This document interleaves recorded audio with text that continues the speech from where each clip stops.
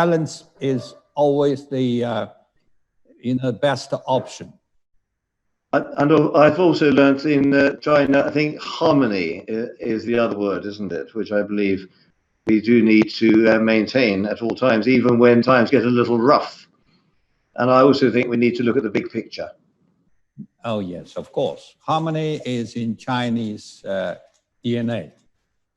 I hope yes. That's also applied to you, to Omfi. So how's Charles? I haven't seen him for quite a while too. Charles, are you on the line? I think we can more or less start now, can't we? Because I think everybody is on the line. Okay, so, I leave it to you. Thank you very much. So, ladies and gentlemen, thank you very much indeed for joining us today on this special speech from Mr. Liu Xiaoming, the Ambassador of the People's Republic of China to the UK. He will be speaking to us for 20 minutes. My name is David Marsh of OMFIF. I will have also on the line Charles Grant, who is the Director of the Centre for European Reform, who will be speaking about the issue today, which is the relations between China and Europe. This is a relatively short cast of just 1 hour and 10 minutes. The Ambassador will be speaking for 20 minutes, and then Charles will speak for about 8 minutes on the subject of Europe and China. We will then have a Q&A. I'd like to just simply remind people of the camera etiquette. We will turn you on and unmute you when your turn has come. We've got a running order of questions, so people know roughly in what order they should be asking questions. We ask for questions and the answers, please, Mr. Ambassador, to be kept fairly brief, because there's a lot to discuss today. This is all totally on the record. So I'm going to turn over straight away to Mr. Ambassador. Thank you for being here and looking forward very much to what you have to say. David, Charles, ladies and gentlemen, good morning. It's really a delight to join you online to talk about China-Europe relations after the pandemic. As you all know, that this year marks the 45th anniversary of China-EU diplomatic relations. In the past 45 years, China's relationship with Europe has become increasingly comprehensive, mature, and steady.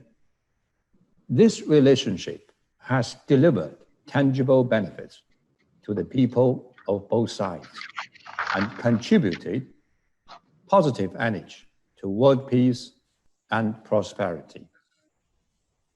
Last month, the 22nd China-Europe Summit was held online.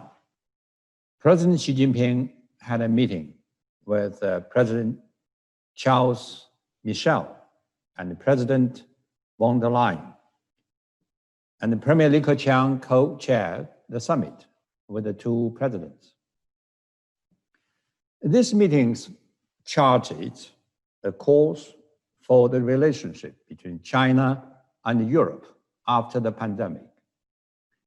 As COVID-19 continues ravaging the world, the international landscape and global governance system faced profound changes. This most serious pandemic in a century has revealed 4 global deficits. First, the health deficit. COVID-19 has spread to more than 210 countries and regions, affecting more than 7 billion people, infecting over 13 million people, and claiming over 560,000 lives. This is the gravest global public health emergency after the Second World War. It poses severe challenge to the safety and health of mankind and requires a joint response of international community, including China and Europe. Second, the development deficit.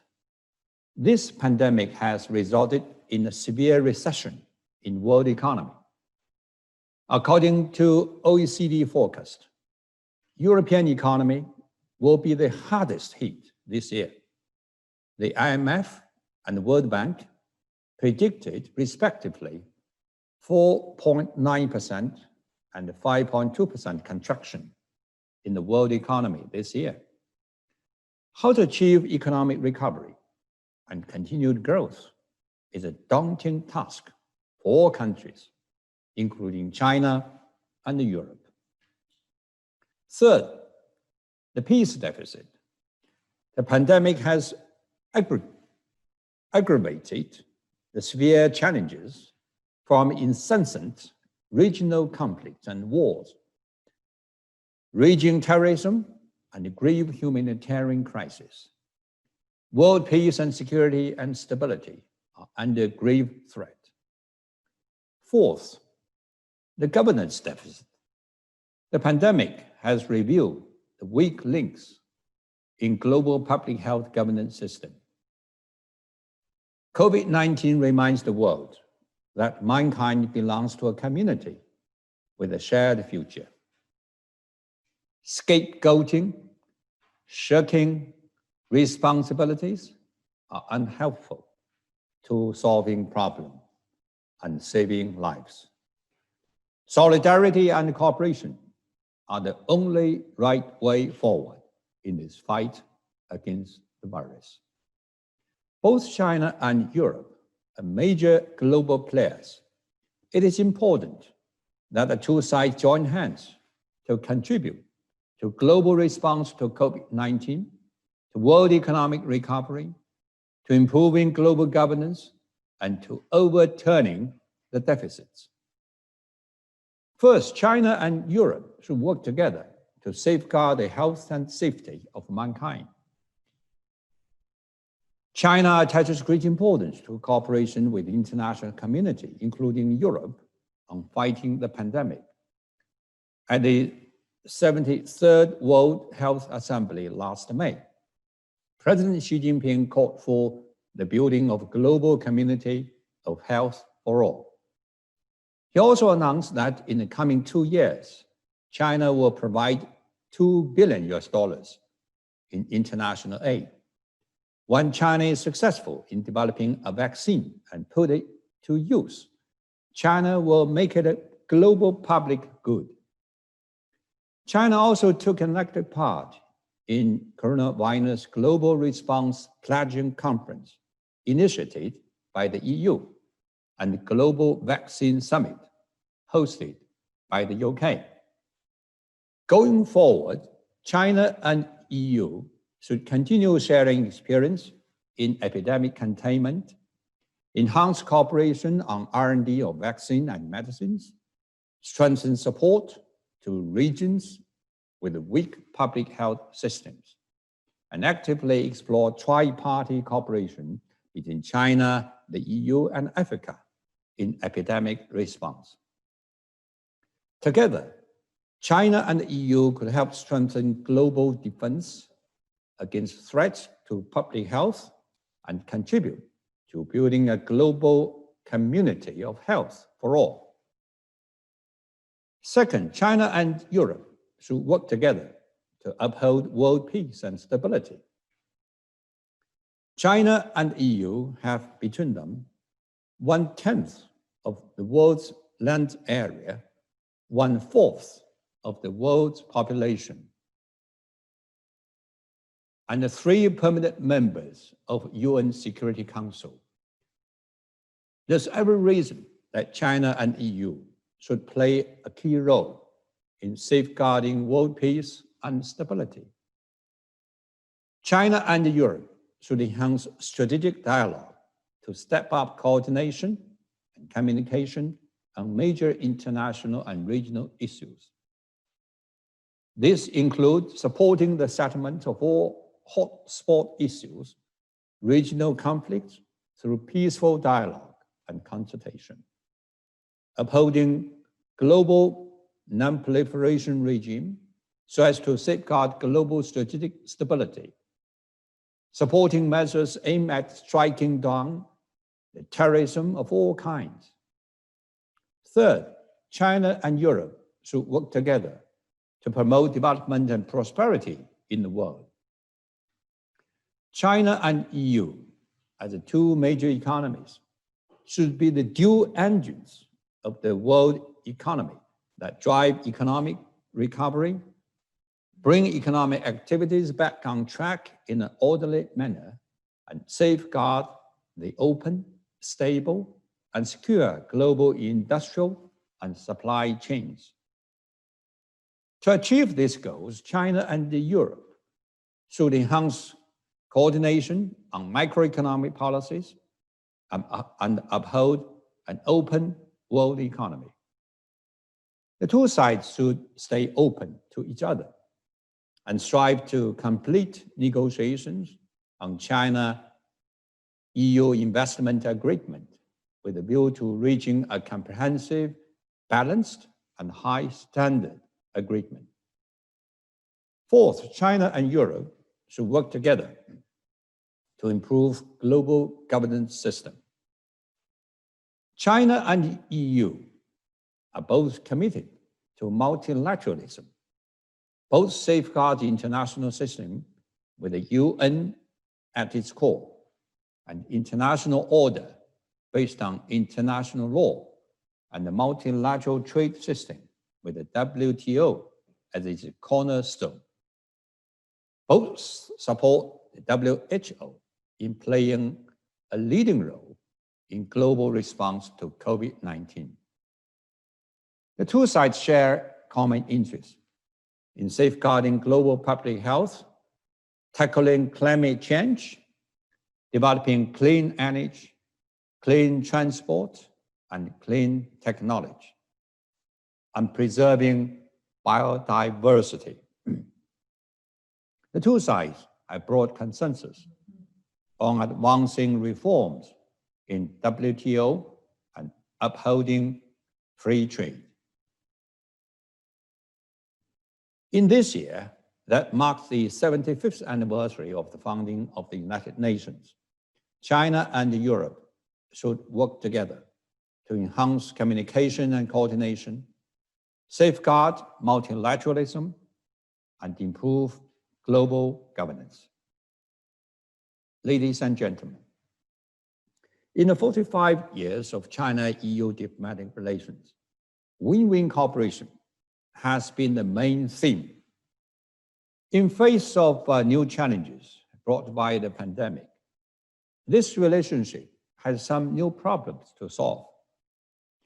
By this, I mean the misgivings and doubts of sub-politicians in Europe who see China as a systematic rival, regard China as a potentially hostile state, and believe there will be no going back to business as usual with China.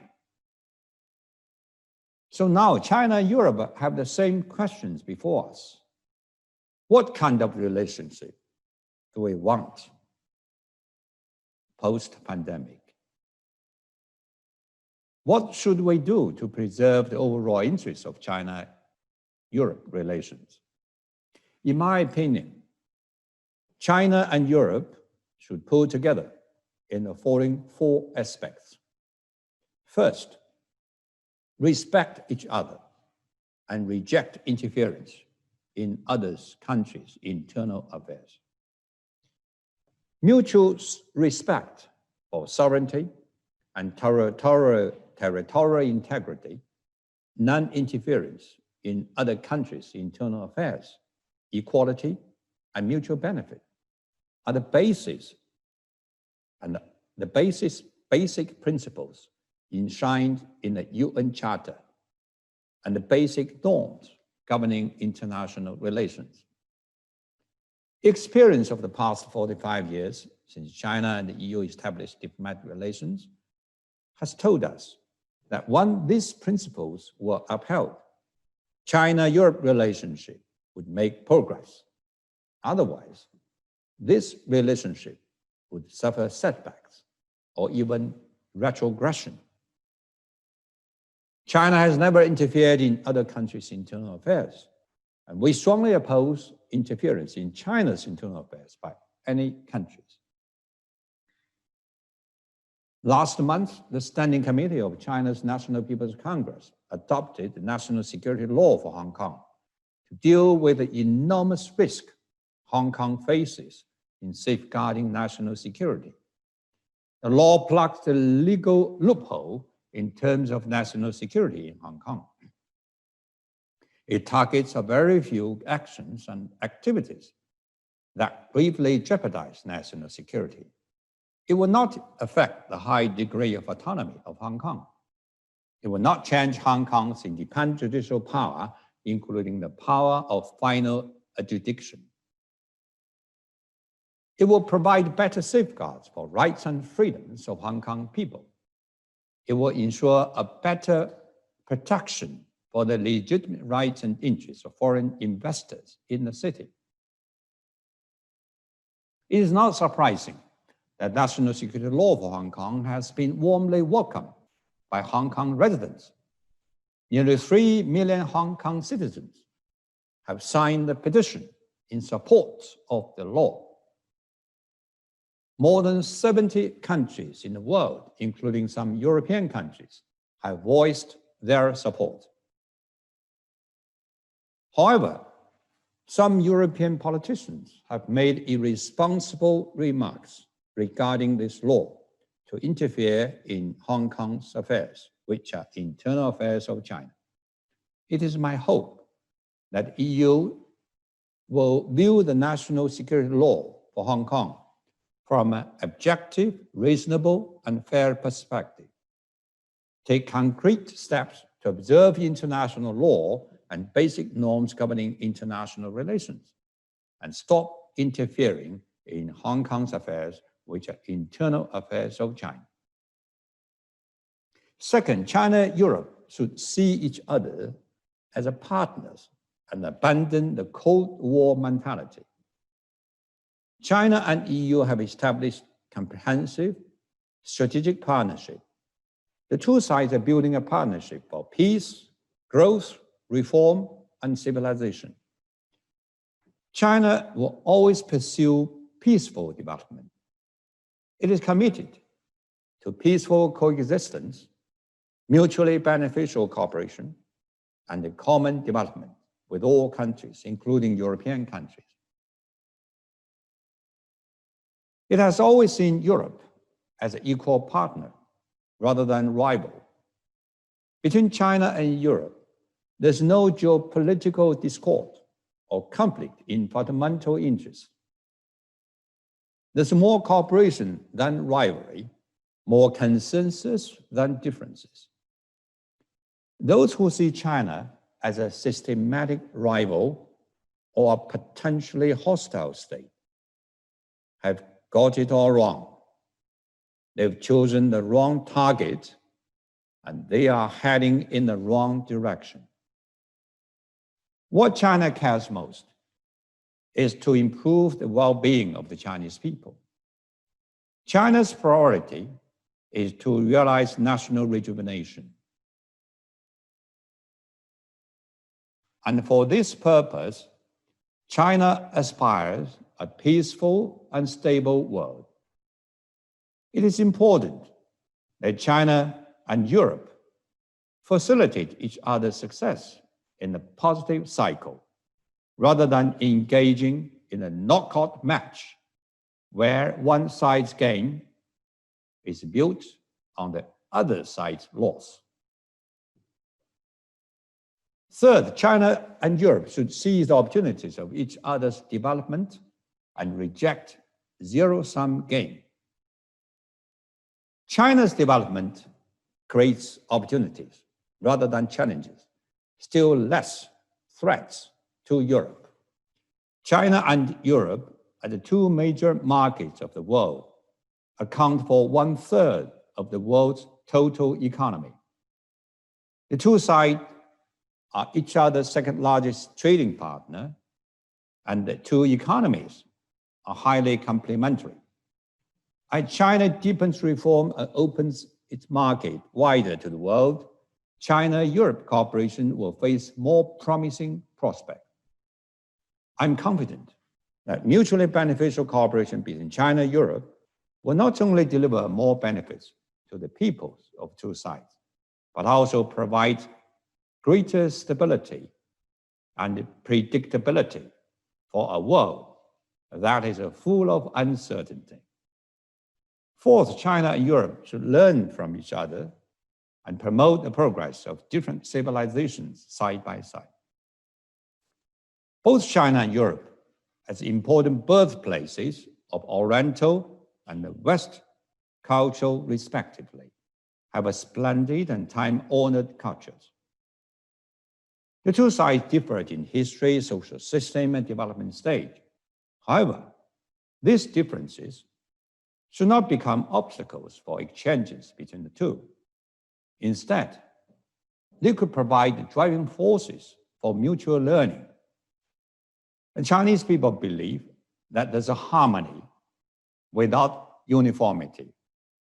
We also believe that we should not do unto others what you do not want others to do unto you. China does not copy the development model of other countries, and China does not export its model to other countries. The EU regards united in diversity as its motto. It values equality, inclusiveness, and diversity. It is important that China and Europe respect, appreciate, and learn from each other and support each other. As the two major civilizations that have contributed greatly to human progress, China and Europe should work together to translate the diversity and differences in our world into vitality and impetus for further progress. This will enable different flowers of diverse human civilization come into full blossom. Ladies and gentlemen, as an old Chinese saying goes, all living creatures grow together without harming each other. All roads run parallel without interfering with one another. This should be the way for developing relations between not only individuals, but also countries.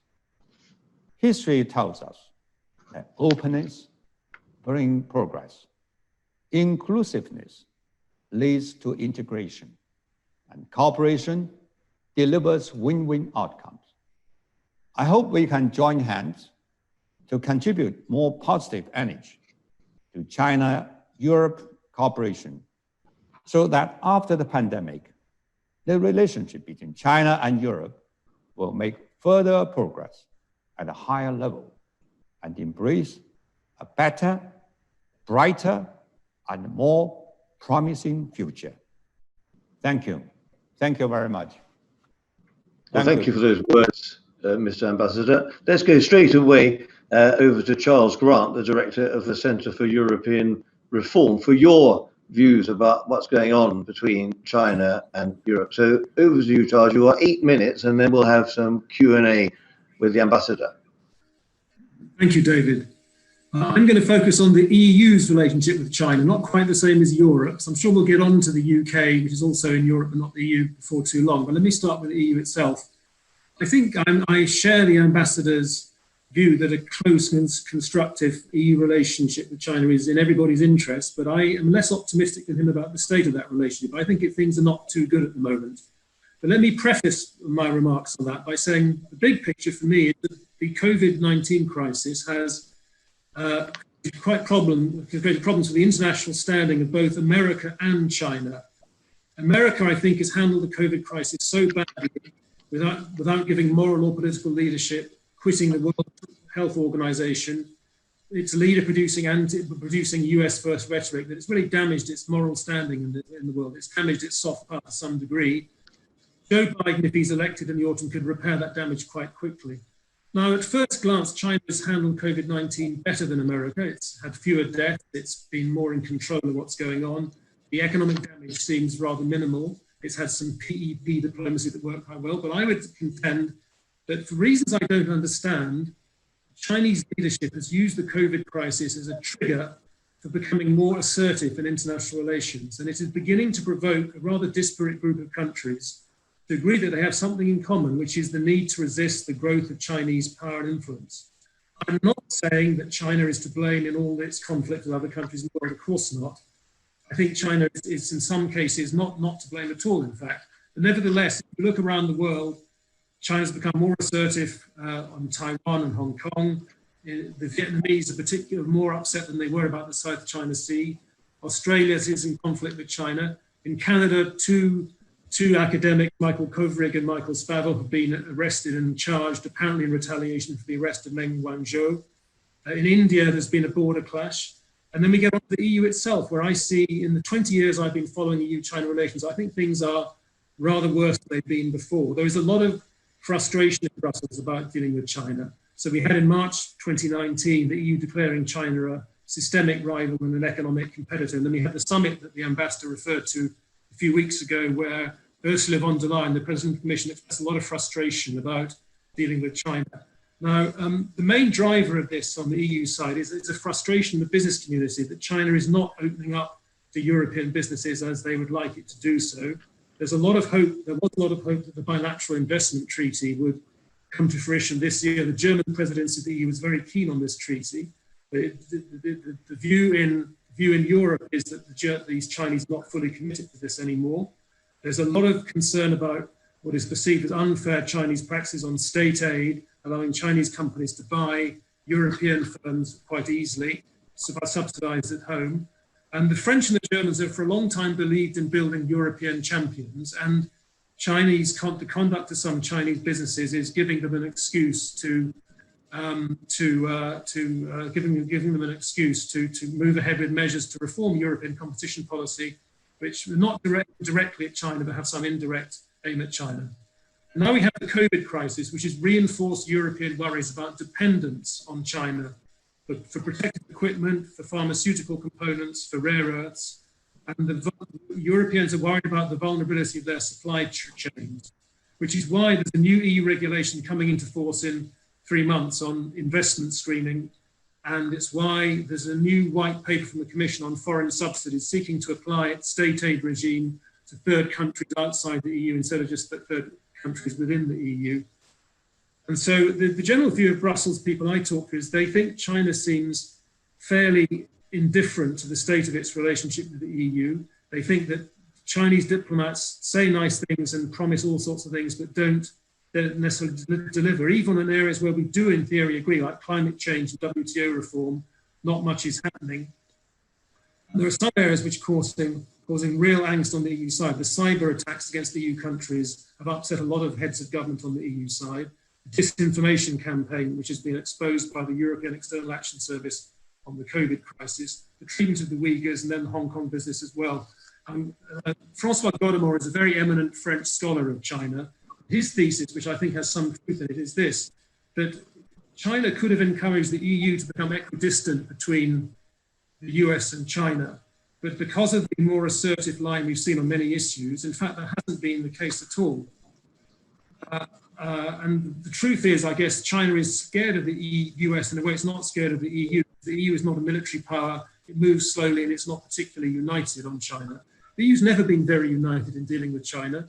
There are some like Sweden who take a tough line, some like Italy who take a softer line. But it's notable to me that the center of gravity has moved in a more hostile direction in the last few years. Even in Germany, which has been China's friend in the EU, the business community is a lot more concerned about what they perceive as unfair practices by Chinese companies and lack of reciprocal access to each other's markets.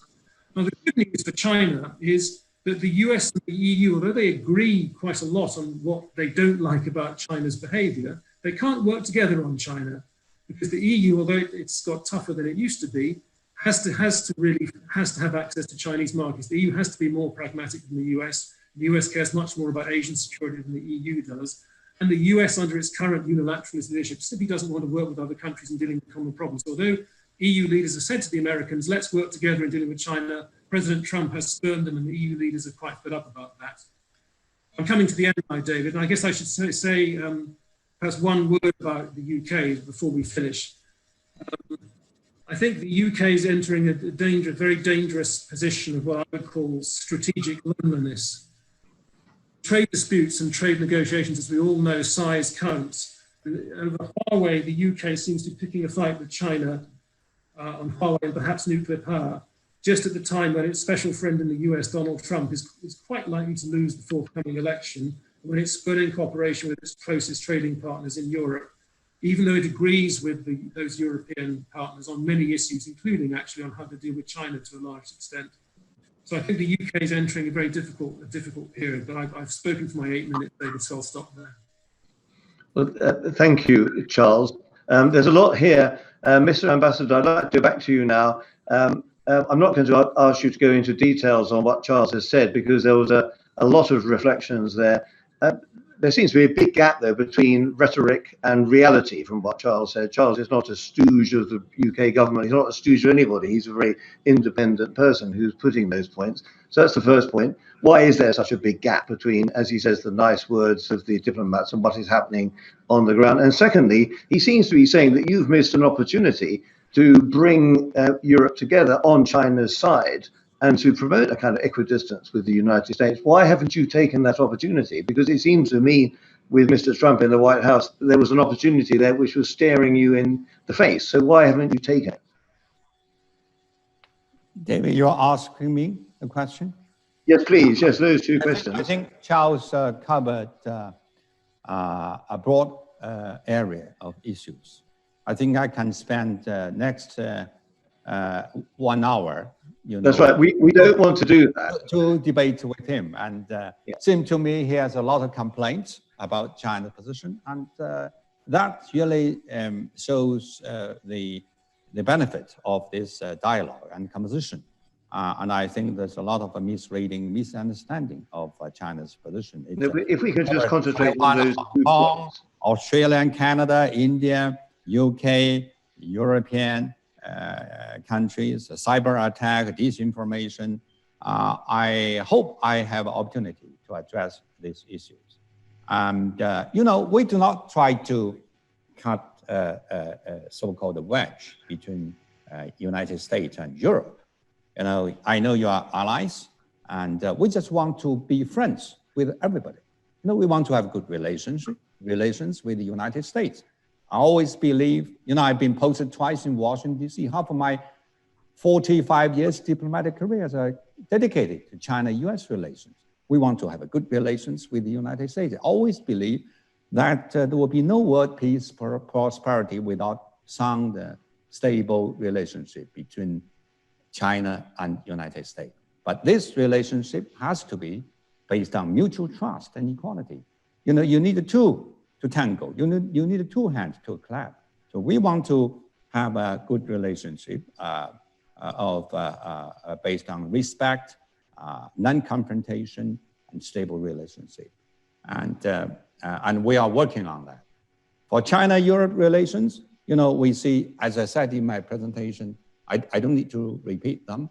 We see Europe, EU, as a partners for China, not a rival. We see each other as opportunities. And I'm very pleased that China and EU we are the largest trading partner to each other.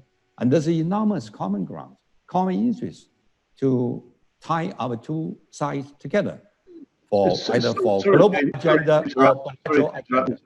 Sorry to interrupt, but in the interest of time, I think we can take those points, which are very valid ones, and we will discuss those in a moment. Before we go on to the Q&A with the audience, could I just ask you one simple question, please, which relates to the UK, but may also have some bearing on the other European countries, which is the question of telecommunications and Huawei. We've had the decision yesterday by the British government that we will go ahead, it seems, in the UK with cutting off that company from the 5G network within a few years, which will clearly bring costs to the UK. You spoke about a week ago about consequences for the Chinese-British relationship if that were to happen. What do you think will be the concrete result in terms of China-UK collaboration from that decision, which was announced yesterday?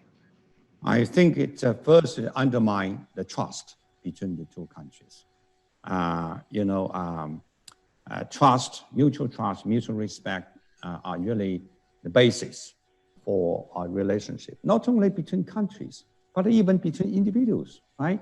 You know, when you look how the UK decision yesterday, I tweeted, I do not know if you followed my tweet. This is not advertising my Twitter account. I said it's a disappointing and wrong decision on Huawei.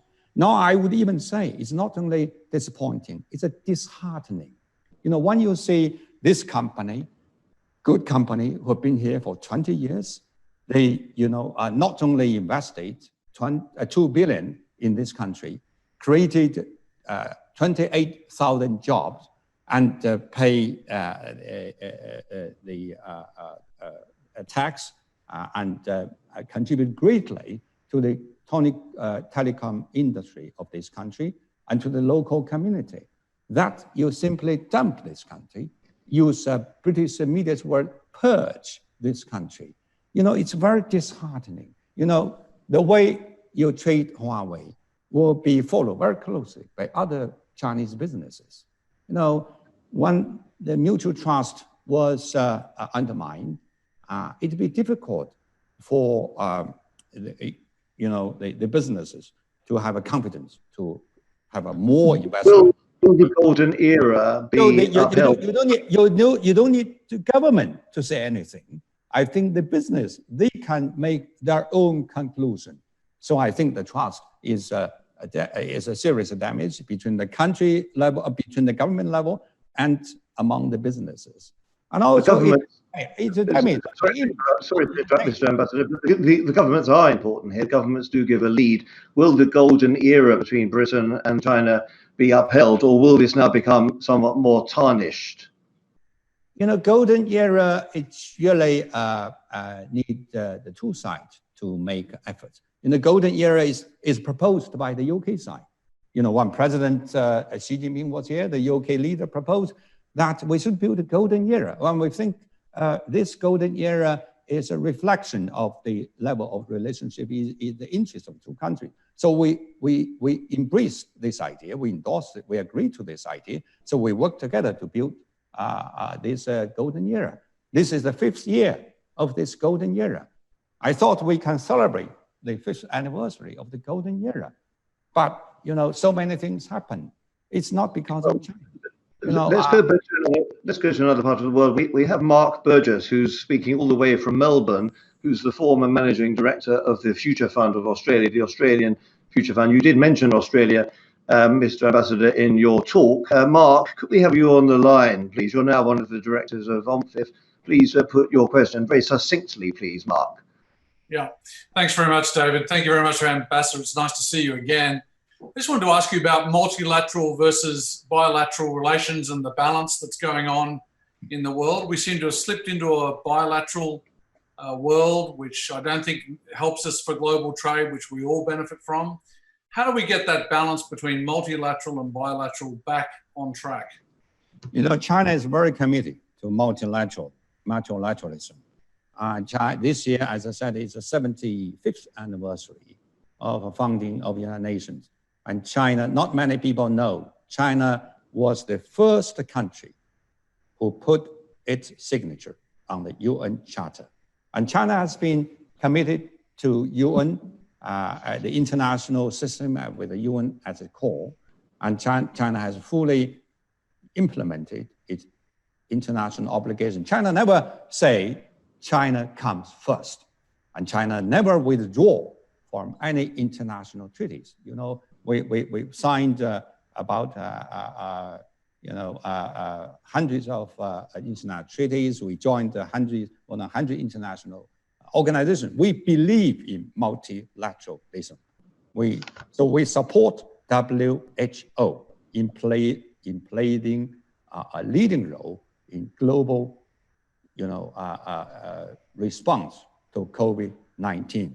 And we also increase our donation to WHO, and we work together with the European countries. You know, we disagree when United States withdraw from WHO. And we also support WTO as the regime which taking care of international trade, though the system is not perfect. But so far, you cannot find a replacement for. Good. Well, thank you very much. Thank you for that very stirring statement. Could I ask Martine Doyen now to put your question? Martine, the floor is yours. Thank you very much, and good morning, Ambassador. The question I have for you, what are the prospects and the practical steps for cooperation between China and Europe on climate change, pandemic preparedness, and developing country debt forgiveness? China is very committed first to Paris Agreement, still very committed to climate change. You know, this year is supposed to be the environmental protection year for China and UK. You know, China's plans to host COP15, and the UK is the host for COP26. But because of the pandemic, we both postponed the two conferences. But we are working very closely with the UK now online. I just have a conversation with the UK ambassador on COP26, and we want to work together to make it a new limelight, not only for China-UK relations. I think China-UK can provide leadership in climate change, and we want to both work together to make the two conferences a great success. That's very encouraging. Ilka Hartmann from Germany, please put your question. Yes, hello, Excellency, Charles, David. Thank you very much. Just for my background, before I came to the British Chamber, I used to work in the financial services industry, and I was in charge of international government relations, so I'm related to trade. And I have a question because the EU has introduced new instruments to screen Chinese investments and enforce antitrust measures to create political and conditions for closer cooperation. In Germany, the foreign trade and payment regulation was adopted likewise. And also after the pandemic, the EU called for action to diversify the supply chains and shift supply from and trade from Asia to Europe. I listened to you, Ambassador, and I listened to Charles very well, and I can follow both of you. And it reminds me a little bit of the Brexit talks, because you both wish well, but it seems to be in a deadlock. We're talking in two different ways. And how can we connect? Because EU wants to trade with China. We want to keep you as a strong partner. And obviously China wants to do the same, but the level playing field of investments from Europe in China and what you request from China in Europe does not match each other's, I think, thoughts. So how do you want to overcome? Thank you. No, I think there's enormous opportunities between China and Europe, not only in trade, but also in investment. But the important thing is how the two sides see each other, whether you see each other as opportunities, as partners, you know, or whether you see each other as quote, systematic rival or potentially hostile. You know, look at how UK treat Huawei. So the way they treat Huawei is really, it's not, I always say Huawei is not about a private company. You know, it's really about, the big picture is about China. How that Huawei really symbolize how you treat, how you look at China, how you treat China. You know, during the debate, we listen to all this rhetoric. You know, one of the reasons for the UK decision, people say it's that they have to succumb to its pressure from these China hawks and China bashers. You know, they all regard China as a hostile or potentially hostile country. They don't trust China, so they don't trust Chinese company. So I do not know. You know, when this trust was undermined, it will you know, spill over to the business. It's not that, you know, we want to separate. We do not want to see that economic relationship has been politicized, but it's the other side which politicize the economic relations. You know, join the United States to sanction Chinese company, you know, to treat China as a rival, as a threat, even as a hostile country. How could you do a normal business when the other side treats you as a potential hostile country? On that point, Mr. Ambassador, sorry to interrupt again, but it's such an important point here. Before we go on to the next question, which will be Reza Mohaddam, are you saying that China is totally blameless for the fact that people don't trust you, or are you saying that there could have been things that China could have done better in order to produce more trust? You seem to be blaming only the other side for not trusting you. What could you have done better? We have to analyze the case, the project case by case. I think Huawei have done everything they can. You know, they don't trust Huawei. They said Huawei has a security problem. Okay, then Huawei set up its own center to analyze the security risk. And the center is managed by British people. No any people from Huawei. You know, it's a British technicians to manage this risk and security risk. Then they make conclusion and they believe the risk is manageable, it's controllable. So that's why the UK government made decision earlier this year to keep Huawei, though there's a 35% market cap, but they still, you know, believe the risk is manageable. But they also try, you know, to improve their technology to strengthen the security. You know, when we say security is not necessarily from a country, even maybe from individual or from a group or organization. So they want to make a UK network, 5G network infrastructure more secure, more resilient. They've done their best. I do not see Huawei has something we should complain about. Okay, well, that's a good point regarding Huawei. We'll go on to another question now from Reza Mohaddam. Reza, over to you. Good morning. Thank you, David, and thank you to you and Richard for organizing this. And of course, thank you to the ambassador for taking the time at this interesting point in relations to talk to us. I had two ambassador, if I may. First, Ambassador, you mentioned the support for the WTO both in Europe and China, but of course there is an impasse there at the moment. Some in Europe have suggested that countries voluntarily accept WTO rulings. Europe has said they are prepared to do that. So my question to you is, would China be prepared to join voluntarily a subset of countries that would abide by WTO decisions?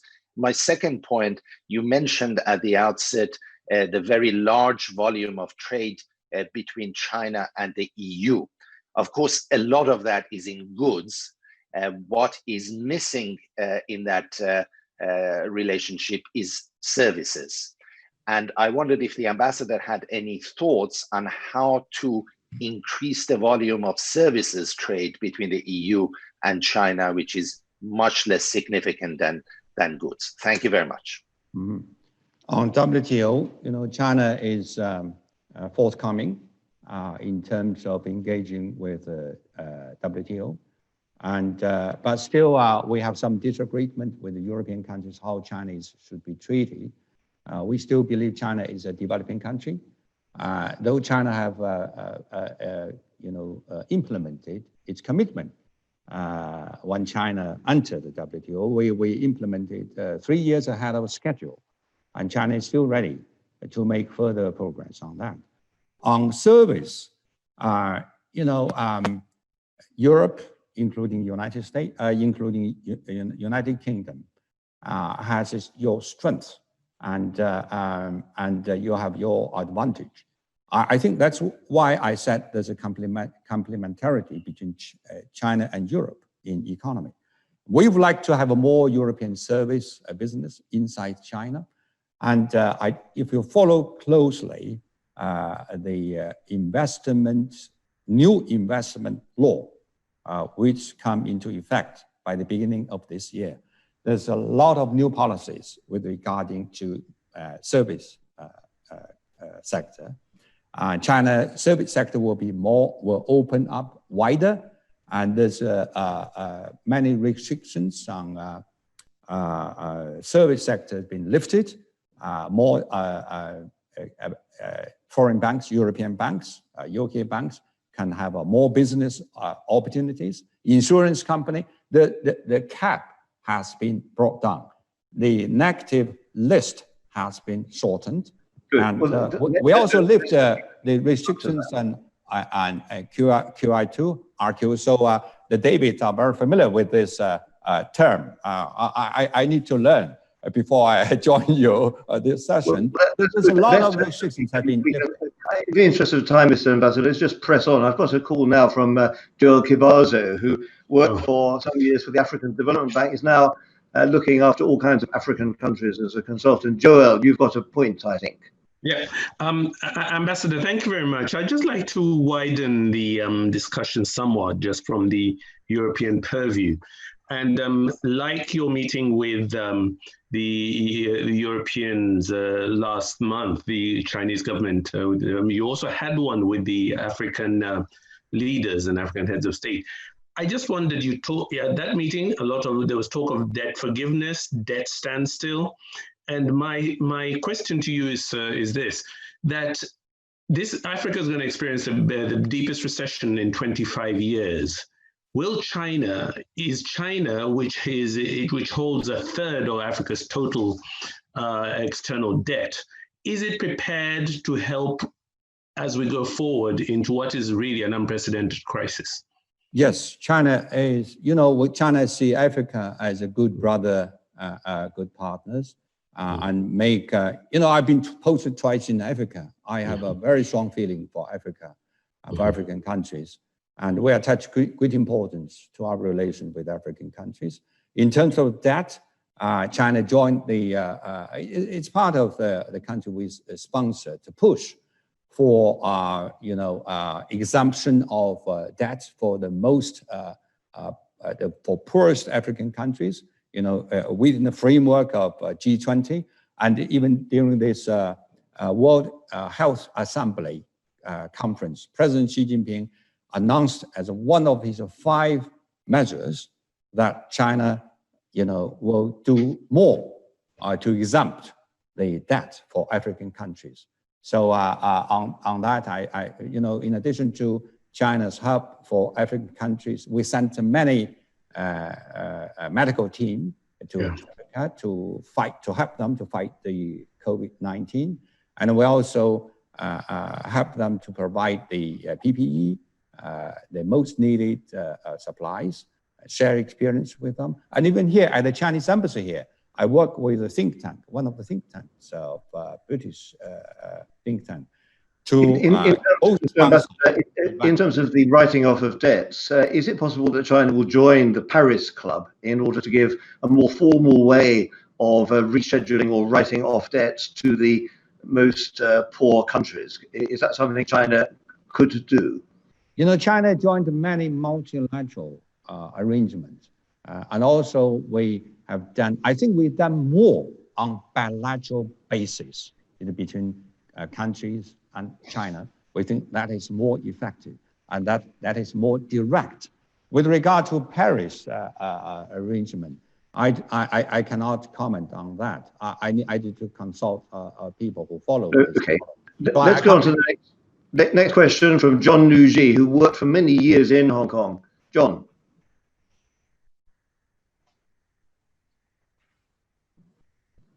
Do we have John Nuji with us? Otherwise, we'll go on to somebody equally well known and with great deal of prowess, Sherard Coca-Cola. Can I? John Nuji. I thought I was being unmuted at your end. I apparently had to do it mine. My apologies. Thank you, David. Thank you, Your Excellency, for your remarks. I'd like to understand a bit more, if I can, please, the observed change in China's international policy, the approach to international relations that Charles Grant referred to. What has stood out for me for the last 30 years is the position China has adopted of firm national views, honest differences with other nations, but mutual respect and above all, patience. Patience has been the watchword for China. And differences of views of course, existed, but they were not actively pursued. Now, we observe a change. We observe a growing desire to close unanswered questions, whether it's Hong Kong, whether it's Taiwan, wherever. We observe also impatience with opposing views, both internally and internationally. The wisdom of the earlier administrations, which was a problem shelved is an argument not held, an enemy not made, has given way to a more urgent approach. And the result has been a less harmonious world for China, a less respect for China, which pains anybody who is interested in harmonious relationships between Europe and China. I'm just puzzled as to why this has happened, why China has decided to abandon the wisdom of the last 25 years and adopt a more urgent approach to some of the many issues facing the world. I would say China has not changed. You know, China is a peace-loving country, and peace is the DNA of the Chinese nation. And China worked very hard for world peace and stability. You know, China benefits from a peaceful environment for the past 40 years since we opened up and reformed. Why should we rock the boat? Why should we change it? You know, we believe that China will continue to benefit from this peaceful environment. But I think you neglect, it is the other side changed tremendously. China has to make response to that. Take China-US relationship for example. We want to have a good relationship. We have no reason to have bad relationship. But it's the United States who impose sanctions, who demonize China. You know, you look at this pandemic. Their president, their secretary of state keep calling, even yesterday, China virus. They withdraw from WHO. Who has changed? I think to be objective, I think people have to be objective with regard to change. On Taiwan, you know, we have a good cross-strait relationship with Taiwan when KMT in office. But when this Democratic Progress Party came in, they pursued this along the road of Taiwan independence. You know, that caused a big problem of the cross-strait relationship. And the United States tried to play this Taiwan card with us. They increased their arms sale to Taiwan. They want to give international recognition of Taiwan. They rocked the boat. We have to make a response. On Hong Kong, 23 years since handover. One country, two states, two systems. It's a great success. Why should we rock the boat? But look at what happened last year. You know, there's a turbulence, there's a movement for Taiwan independence, self-determination. They even call for reading this Union Jack flags, US flags, calling for United troops to land on Hong Kong, to liberate Hong Kong. We have a reason to be worried about that. When we say one country, two systems, it's a complete one set. One country means China. Thank you for explaining that. It seems a bit like a marriage where the wife says the husband's to blame and the husband says the wife's to blame. It seems a little bit like that. But let's go on to Gerard Cooper-Coles, maybe a question in a similar direction. Gerard. Yeah, no, Ambassador, very good to see you. I wanted to ask you about the disparity in understanding between Europe and China of the other side. I mean, building on David Marsh's sort of marriage analogy. I mean, certainly in the UK at the moment, there were about 120,000 Chinese students. China seems to know a lot about Europe, but I've continued to worry, and yesterday's performance by Conservative MPs showed that there is a great gap in understanding in the UK and I think across Europe more generally of China, China's history, China's view of the world. Many Tories say they have no quarrel with the Chinese people, they just have a quarrel with the Chinese Communist Party, forgetting that the Communist Party has 90 million members, etc., etc. So I wanted to ask you, what more should we be doing to try and increase knowledge of China in Europe, particularly among those who make policy or form opinions? Because there's a big deficit in understanding that needs addressing. Thank you, Gerard. Over to you, Ambassador. Yeah, thank you, Sharon, for your question. I should, next time when I prepare my speech, I would put the fifth deficit, that is understanding deficit. And I quite agree with you that there's a big gap between China, Europe, and between China, mostly Western countries.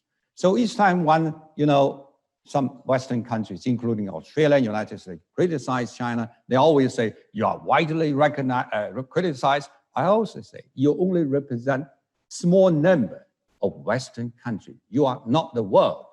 Take the national security law, for example. 70 countries show support of this National Security Council, national security law. How many countries voted against China? It's just 1/3 of the country that support China.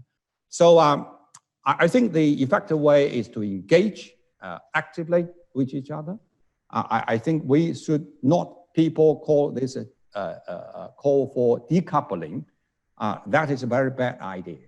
I think we need more coupling, China and Europe, to have a cross-border engagement among the young people, students. We encourage. So after what happened in the United States, more Chinese students apply for study here in this country. We encourage this. But the problem, I don't want to see any problem. I hope UK will continue to be open to Chinese students, will continue welcome Chinese students with open arms. Good. Well, that's a very good way of going forward. We now have Andrew Khan. Andrew, please say your piece. Yes, thank you very much, Ambassador, for your speech. I wanted to ask you about the question of interfering in the internal affairs of other nations. I understand very well the Chinese perspective and view on this and respect it. However, is it a realistic view to take in a globalized world where what happens in one country inevitably affects another? So let us take, for example, environmental issues, which you mentioned, and where China and Britain need to work together because of the upcoming conferences of the parties.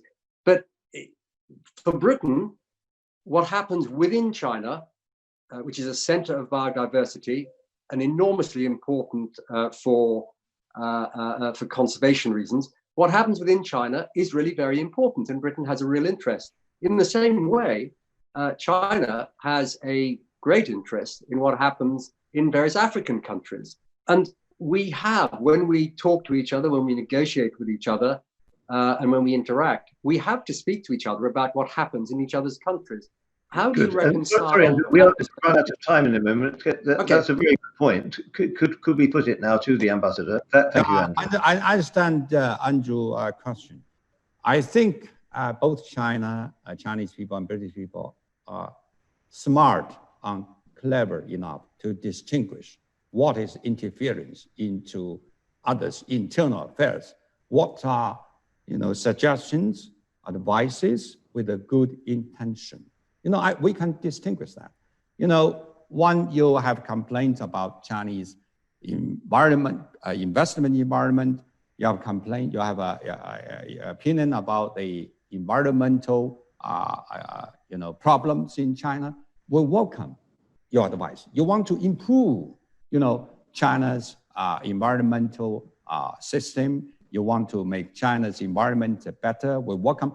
We certainly can distinguish what are advices with a good intention and what are ulterior motives which want to change China's political social system, want to impose China the Western ideas, Western model. As I said, we have no interest to export our models, but we are also strongly against foreign countries, no matter who they are, to interfere in our. Good. We've got time for just 4 more questions, which we should be able to squeeze in, Mr. Ambassador, before now and 10 past 12. I'm going to ask first of all Michael Maclay, and then Lord Desai, and then Pablo Riquelme, and then John Orchard. So first of all, Michael, if you're on the line, please join us. Many thanks, David. Now, some of us in this country, Ambassador, do regret the Huawei decision and the current brittleness and absence of trust you describe, but maybe there are some specific things that China could do that would help to rebuild trust quick examples. When the WHO team come to China, will they be given access to the Wuhan laboratory, about which we've heard so much, not all of it mischief-making? Secondly, might China explicitly acknowledge the principle of freedom of navigation in the South and East China Seas? And thirdly, in public statements about unification with Taiwan, which you have addressed, but would it not still help to use the expression peaceful unification, which was always used by senior Chinese officials until very noticeably in very senior public statements earlier this year? Okay, so David, this is the last 3 questions for me, or you will have a last word? If there's time, I'll ask one at the end, but I know you've got to go for a phone call at 12:15. There's three other people to go, as well as Mike. These 3 are very important questions. I want to be brief. On WHO, China has been responsible, transparent, and from the very beginning. China is the first country to report the case and the first country to share the genetic sequence. We really have nothing to fear. And I think it's other countries. We try to stigmatize China. And now WTO experts in China now, China is working with them. And we, as I said, we support WHO to play a leading role. So we are open, we're transparent. And I believe the 2 sides will have a productive and effective cooperation. But we have to remember to the research on origin of virus should be based on science, not on politicians, not on politics. That's number 1. Secondly, all countries should be subject to inquiry to review, not only China. I think WHO also have a responsibility to find out why things run so badly in some countries. The cases keep going up, breaking records with each passing day. I think this is a very good point. Let's make it on the basis of we do it in a reciprocal way. And then I think that makes a lot of sense. That's a very good answer. Could I have Meghna Design now on the line, please? Somebody with a great deal of experience in between China. I haven't finished the actual question. The Chinese economy has recovered very well from the pandemic. Does China have any plan to strengthen the renminbi as a possible reserve currency in the near future? Yeah, China is very committed to internationalization of RMB. In the past decade, we made a lot of efforts, in order to facilitate trade investment, and more countries take RMB as not only a currency for doing trade, for investment, they even use it as reserve. So I'm very pleased to see that London is now playing a leading role in RMB internationalization. London now is the 2nd largest RMB offshore market and the largest RMB clearance center. Hong Kong is the largest RMB offshore center and the 2nd largest clearance center. I think the 2 cities can have enormous opportunities for cooperation. So on I don't want to miss the previous 2 questions. The free navigation. China is a country which are fully committed to freedom of navigation. 60% of China's oil supply came from South China Sea. We have every reason to ensure peace, stability in this region. And we work very hard with the neighboring countries, working on COD, COC, and the situation is very peaceful. If it were not for some foreign vessels, naval forces came here from time to time to threaten China, to infringe China's sovereignty, and there should not be a problem. And China is committed to freedom navigation, no problem on that. On Taiwan, China still committed to peaceful reunification. If you miss my article, I will send you a copy, or it's on our website. I reaffirm China's commitment to peaceful reunification of Taiwan. There's no doubt about that. Yeah, thank you for answering those 2 points. I'm going to ask Pablo Riquelme, who's got a question, I believe, about Latin America. Pablo. Thank you, Ambassador, for hosting this call. I would like to hear your opinion about the future relationships in Latin America, and especially with Mexico, being so close to the United States and having this partnership with the United States and Canada. I wonder if it's going to change going forward, or what do you think, if it's a friendly relationship, or how do you see it developed? Yes, I think relationship between China and Mexico are very strong. It's very strong. There's a mechanism between China and Latin Americans, a summit held from time to time. And we would like to strengthen our relationship with Latin American countries. We are not concerned about Mexicans' good relation with the United States.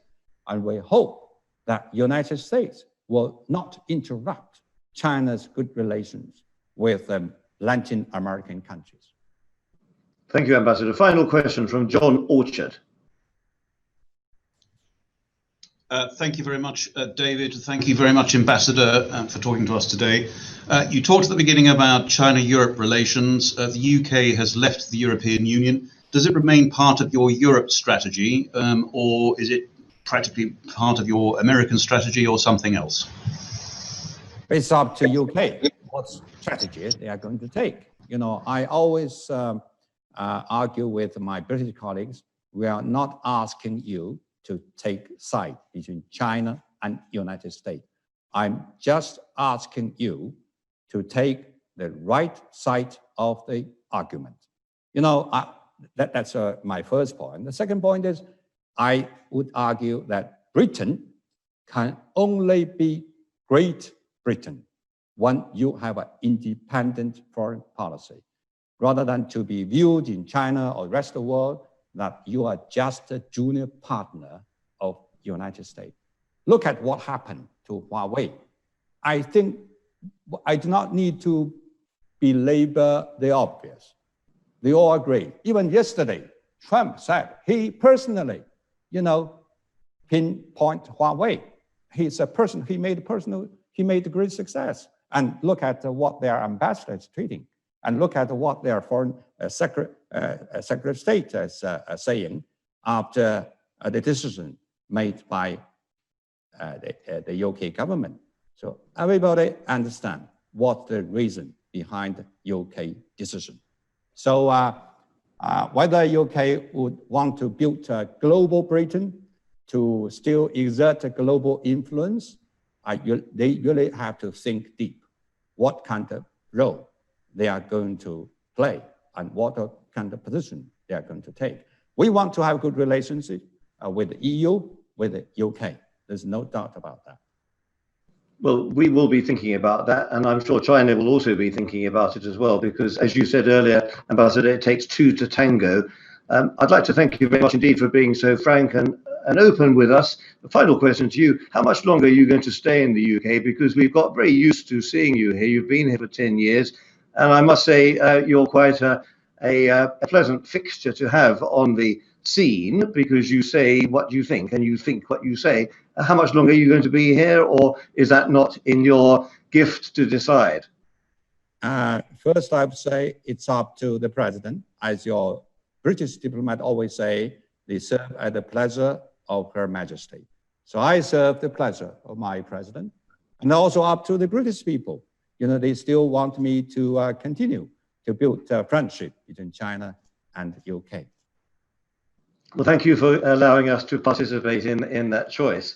I do hope this won't be the last time that we have this very good conversation, maybe a physical conversation or over a glass of something or other, rather than by screen. But I'd like also to thank Charles Grant and all his colleagues at the Centre for European Reform for making this possible, and also to Mr. Liu and all the other warriors at the Chinese embassy for helping to put on this very interesting display. We haven't got to the bottom of a lot of those questions, but we will persevere And that point about understanding is so important that you've made. And that means both sides have to make efforts, I believe. Thank you very much indeed, Mr. Ambassador. Thank you, everybody who's been on the line. And thank you all the technical staff who've been helping tremendously to make this a success. So it's David Marsh here on behalf of Charles Grant saying goodbye, Mr. Ambassador. We hope that you will remain with us for quite a while to come so you can carry on with this dialogue. Okay, thank you. Thank you Bye-bye. very much. Goodbye.